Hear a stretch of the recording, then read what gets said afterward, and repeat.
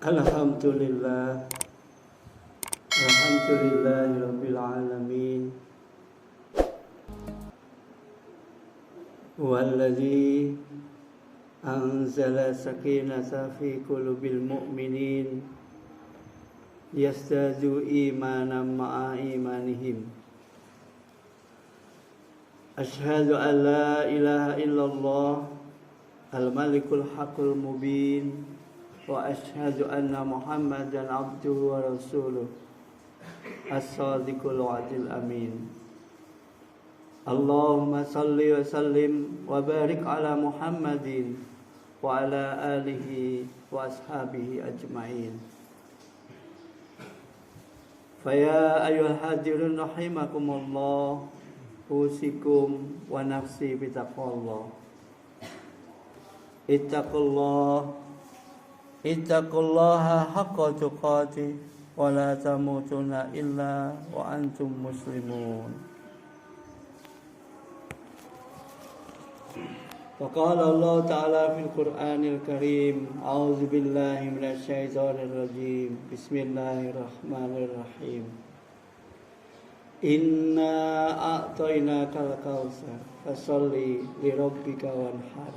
Inna syani'aka huwal abtar.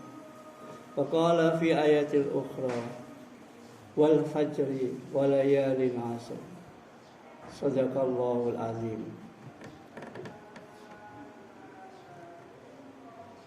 Hadirin jamaah salat Jumat yang berbahagia rahimakumullah. Alhamdulillahirabbil alamin. Bersyukur kita karena limpahan rahmat Allah yang tiada terkira. Insya Allah pada hari ini nanti menurut perhitungan hisab menjelang maghrib nanti kita memasuki tanggal 1 bulan Zulhijjah. Kalau menurut pemerintah insya Allah nanti malam sore menjelang maghrib baru akan diselenggarakan Ru'yatul Hilal. Tetapi menurut perhitungan insya Allah kita tidak ada perbedaan memasuki bulan Zulhijjah tahun 1445 Hijriah. Itu artinya insya Allah kita akan bersama-sama merayakan Hari Raya Idul Adha, insya Allah hari Senin tanggal 17 Juni 2024. Ini satu kenikmatan yang luar biasa. Kita masih diberi usia untuk bisa mensyukuri nikmat Allah yang tiada terkira. Sehingga tadi Allah mengatakan inna a'tayna kal kautsar. Sesungguhnya aku telah memberi nikmat kepada kamu yang sangat banyak. Salah satunya adalah nikmat usia sehingga kita bisa melewati bulan Zulhijjah. Kemuliaan bulan Zulhijjah disebutkan di dalam surah Al-Fajr yang tadi saya bacakan di awal khutbah. Wal fajr wa layalin 'ashr. Demi fajar dan demi malam yang ke-10. Para mufassir mengatakan bahwa malam yang ke-10 ada yang mengatakan 10 hari di akhir bulan Ramadan. Tetapi ada juga yang mengatakan 10 hari di awal bulan Zulhijjah sampai nanti kita menyembelih hewan kurban. Tapi ada juga yang mengatakan 10 hari di bulan Muharram sehingga sampai kita menemui hari Asyura. Semuanya membenarkan bahwa kemuliaan 10 hari malam-malam bulan Zulhijjah salah satunya adalah bulan yang dimuliakan. Dari Rasulullah Shallallahu Alaihi Wasallam, Rasulullah pernah berkhutbah yang diriwayatkan oleh Ibnu Abbas radhiyallahu anhu. Rasulullah ketika itu berkhutbah di hari raya Idul Adha. Kemudian dalam khutbahnya Rasulullah mengatakan, wahai kaum muslimin, hari ini hari apa? Maka kaum muslimin menjawabkan, hari haram ya Rasulullah. Kita berada di kota mana? Di kota haram ya Rasulullah. Hari ini kita berada di hari yang haram, yang mulia, di kota yang mulia, maka hari ini darahmu, hartamu, dan seluruh anggota tubuhmu dimuliakan oleh Allah. Hadis riwayat Bukhari Muslim. Hadirin yang berbahagia, dalam khutbah ini Rasulullah mengulang-ulang kata tadi, bahwa hari ini kita berada di hari yang mulia, bulan yang mulia, di kota yang mulia, bulan haram, hari haram, di kota haram. Maka darahmu, hartamu, dan anggota tubuhmu semuanya itu haram.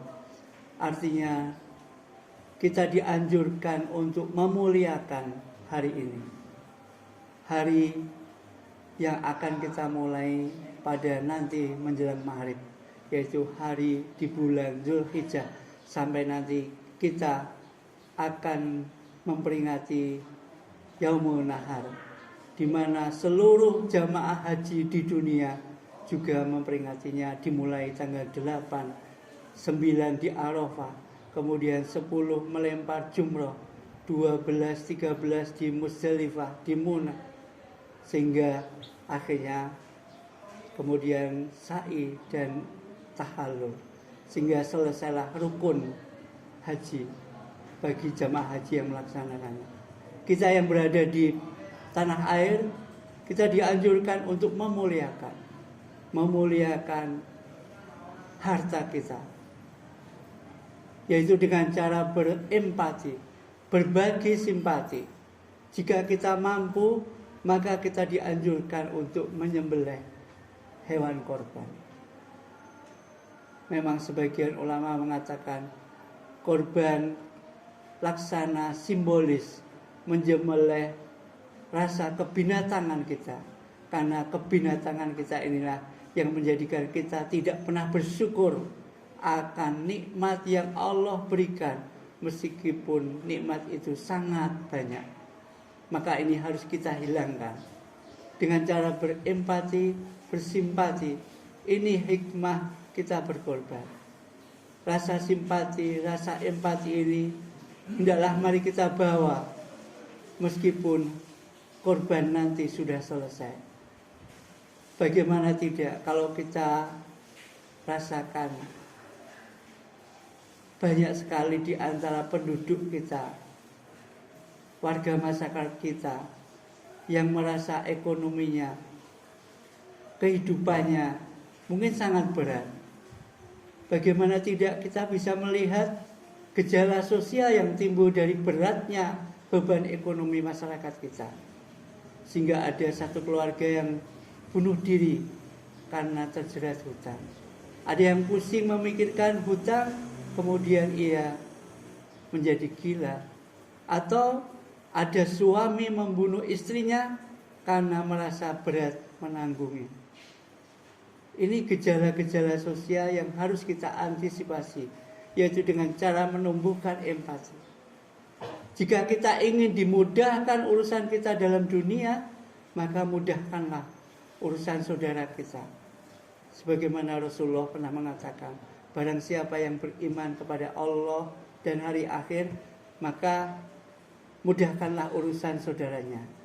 Siapa yang memudahkan urusan saudaranya, maka Allah akan memudahkan urusannya. Ini bukti simpati dan empati kita. Mungkin bisa kita simpulkan nanti di tanggal 10 Muharram, 10 Zulhijjah, itu tanggal 17 Juni, dengan menyembelih hewan korban bagi yang mampu. Tetapi ini juga ada peringatan yang sangat keras. Kalau kita mampu tapi tidak berkorban, bahkan Rasul mengatakan jangan mendekati tempat sholatku. Artinya mungkin sholat kita ini belum bisa berdampak kepada rasa syukur kita, sehingga kita mampu tapi tidak mau berkorban. Itu rasa syukur kita tidak berakibat menghasilkan simpati, yang itu bisa bersumber dari sholat kita. Sehingga Rasul mengatakan siapa yang mampu pada hari itu tidak berkorban, maka jangan mendekati tempat sholatku. Hadirin yang berbahagia, Kemudian Rasulullah mengatakan, muliakan darahmu. Artinya kita disuruh memuliakan sesama manusia ini. Bahwa kehidupan manusia ini adalah hak yang diakui oleh seluruh dunia, hak hidup. Tetapi kita kadang-kadang karena himpitan ekonomi, himpitan politik, kita bisa merasakan betapa banyak misalnya genosida sekarang di Palestina.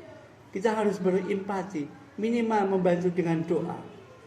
Syukur kita bisa membantu dengan berempati, mengerahkan massa, mengunjuk rasa untuk menyampaikan pendapat kita bahwa itu semua tidaklah baik. Kita harus menghargai kehidupan sesama kita, bukan hanya kepada sesama manusia, tetapi juga kepada seluruh makhluk hidup ini. Kita muliakan hidupnya. Yang ketiga, Rasulullah mengatakan, muliakan saudara-saudara kita, anggota tubuh kita. Anggota tubuh ini juga perlu kita rawat dengan baik, kita muliakan. Itu artinya kita juga dianjurkan untuk menjaga apa saja yang mendukung supaya kehidupan fisik kita ini menjadi baik. Misalkan kita menjaga lingkungan kita yang baik, tidak banyak kotoran. Yogyakarta kita ketahui sekarang baru masalah sampah yang sangat mengkhawatirkan. Di mana-mana tumpukan sampah. Ini perlu empati yang sangat banyak, baik dari pihak pemerintah maupun dari kita. Minimal kita bisa mengelola sampah kita masing-masing. Kita pilahkan sampah kita. Jika itu masih bisa dimanfaatkan, kita manfaatkan. Jika itu ada yang bernilai jual, kita jual. Tetapi jika tidak, maka bisa kita musnahkan dengan cara bersama-sama. Kita titipkan di tempat pengelolaan sampah yang lebih baik misalkan. Tetapi semuanya pada prinsipnya akan bisa terselesaikan jika itu kita mulai dari diri kita sendiri, keluarga kita sendiri. Inilah yang harus kita tegakkan, kita laksanakan di hari yang mulia, di bulan yang mulia, yaitu bulan Zulhijjah. Bahkan Allah mengatakan kemuliaan 10 hari bulan Zulhijjah ini, mari kita isi dengan banyak-banyak mengingat Allah. Insya Allah dengan mengingat Allah ini, kita akan merasakan betapa banyak nikmat yang Allah karuniakan kepada kita, sehingga tumbuhlah rasa syukur kita. Kalau rasa syukur itu ada, ciri-cirinya akan menjadikan kita lebih empati dan simpati, baik kepada tubuh kita, kepada sesama kita, maupun kepada bangsa dan negara kita. Jika rasa empati, rasa simpati ini tumbuh di antara setiap muslim, setiap anggota warga negara, maka insya Allah betapapun berat beban yang ditanggung oleh masyarakat kita, dengan rasa syukur, dengan rasa simpati, semuanya akan menjadi lebih ringan. Dan insya Allah problematika sosial yang sering kita dengar ini sedikit demi sedikit akan berkurang.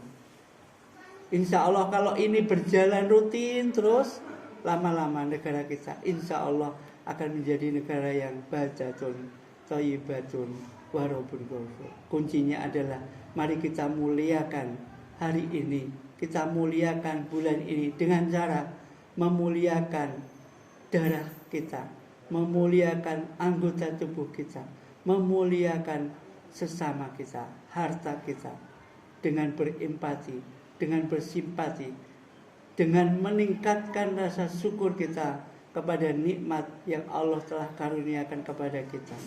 Inna a'toina kal kausar fasolli li rabbika wanhar inna syani'aka huwal abtar.